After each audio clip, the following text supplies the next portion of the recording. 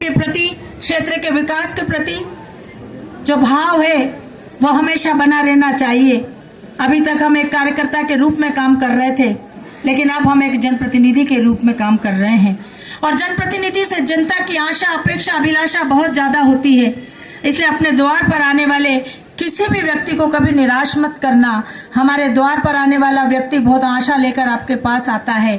हमारे पास कोई समस्या लेकर आने वाला व्यक्ति बहुत विश्वास के साथ उस समस्या के निराकरण के लिए हमारे पास आता है। कोई बात नहीं, हमारे पास फंड की व्यवस्था है या नहीं, लेकिन हम उससे दो बातें मीठी तो बोल सकते हैं, उसका सम्मान तो कर सकते हैं, उसको बिठा तो सकते हैं, उसको इस बात का भरोसा दिला सकते हैं कि जैसे ही फंड की व्यवस्था होगी हम आपका ये काम जरूर पूरा करेंगे, आप चिंता मत करना।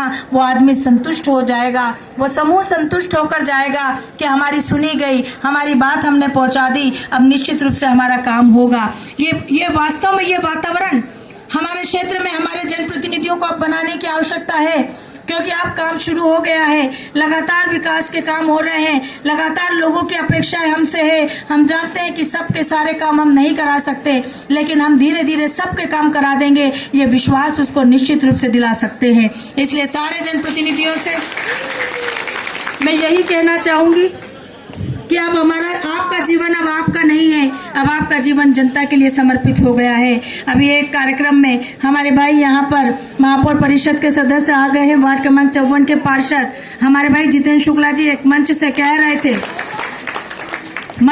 रहे थे कि वो बैतूल में गए थे, बैतूल के एक शादी के कार्यक्रम में वो गए थे और वहां पर ऐसे चर्चा चल रही थी। वहां जिनके विवाह में वो गए थे कार्यक्रम में, परिवार के लोग उनका परिचय करा रहे थे, तो किसी ने पूछा उनसे कि आप कहां से महापौर परिषद के सदस्य बने हैं, आपकी विधानसभा कौन सी है। जब उन्होंने कहा कि हम गोविंदपुरा विधानसभा से हैं और गोविंदपुरा का नाम लेते ही उन्होंने पूछा कि क्या आपकी विधायक कृष्णा गौर है, तो इन्होंने कहा कि हाँ हमारी विधायक कृष्णा गौर है। तो उन्होंने कहा कि धन्य है ऐसी विधायक, मेरे बैतूल में मेरी बेटी बीमार थी,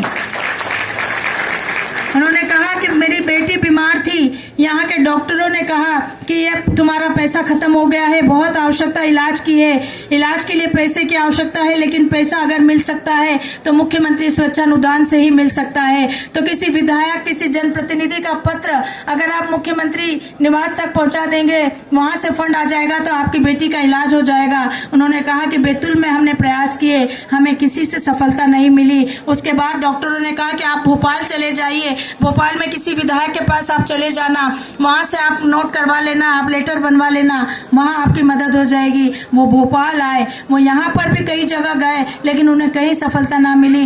तब उन्होंने हमारे भाई जितेंद्र शुक्ला जी को बताया कि तब हम आपकी विधायक कृष्णा गौर के बंगले पर गए, उन्होंने न केवल हमको बिठाया, हाथ के हाथ लेटर बनवाया, साइन की और कहा कि ये तत्काल लेकर आप मुख्यमंत्री निवास जाओ। मुख्यमंत्री निवास हम गए, वो पैसा मेरे अस्पताल में पहुंचा और मेरी बेटी का इलाज हुआ, मेरी बेटी स्वस्थ हुई।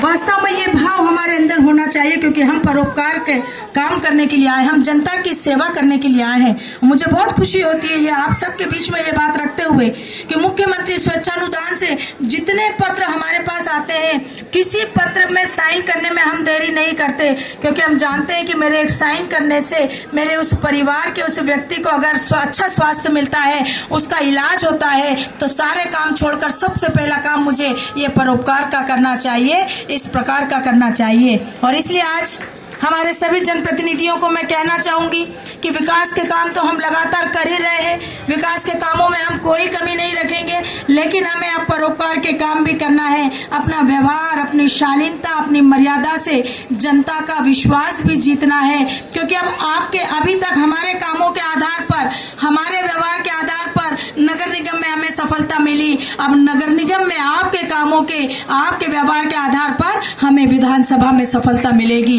इसलिए अब बहुत बड़ी जिम्मेदारी हमारे सभी जनप्रतिनिधियों के ऊपर है। पार्षद